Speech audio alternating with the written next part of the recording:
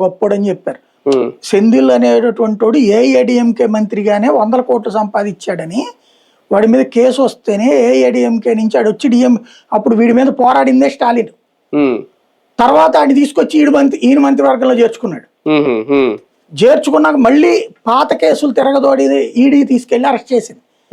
చేస్తే అతను జైలుకి వెళ్ళినప్పుడు రాజీనామా చేస్తే జైలు నుంచి బెయిల్ మీద బయటికి రాగానే మంత్రి పదవి ఇచ్చేసాడు. ఇతను ఎవడు అట్టెవడు ఇస్తే సుప్రీంకోర్టు తిట్టింది, అరే బెయిల్ మీద ఇచ్చినోడికి నువ్వు మంత్రి పదవి అట్టేస్తావు, కేసు ఏమన్నా మేము కొట్టేసావా, వాడు నిరపరాధి నేనని చెప్పేస్తున్నాడు అనమాట.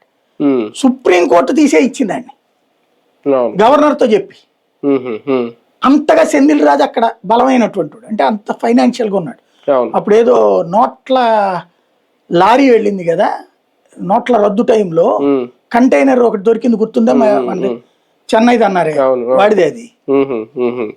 సెంధిల్ కానీ ఒకటి సార్, బీజేపీకి ఇది ఒక మంచి అవకాశం భవిష్యత్ రాజకీయాల్లో తమిళనాడులో పాగా వేయడానికి. చాలా పడుతుంది టైం, దెబ్బతినేసి. ఇంకా 5 ఏళ్ళ టైం. ఆంధ్రాలో తెలుగుదేశం పార్టీతో టైఅప్ అవడం వల్ల ఎట్లా లాస్ అయిందో 2014 టైంలో, సక్సెస్ అయ్యే టైంలో అది ఇప్పటికీ 12 ఏళ్ళు అయిపోయింది. అంటే 15 ఏళ్ళు అది ఏదో ఒక దానికి అసిస్టెంట్ గానే ఉండాల్సి వచ్చింది. తమిళనాడులో అదే మొన్న అది చేసిన తప్పు ఏఐడిఎంకేతో పొత్తు.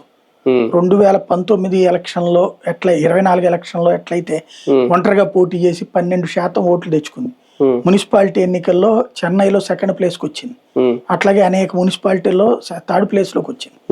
దాన్ని అలాగే ఉండనిచ్చి అన్నామలైన ఉండనిచ్చి ఉంటే ఇప్పుడు వచ్చేటప్పటికి ఒక 30-40 సీట్లు గెలుచుకుని ఉండేది. కనీసం 30 సీట్లు గెలుచుకుని కింగ్ మేకర్ అయి ఉండేది. అది ఛాన్స్ వదులుకున్నది.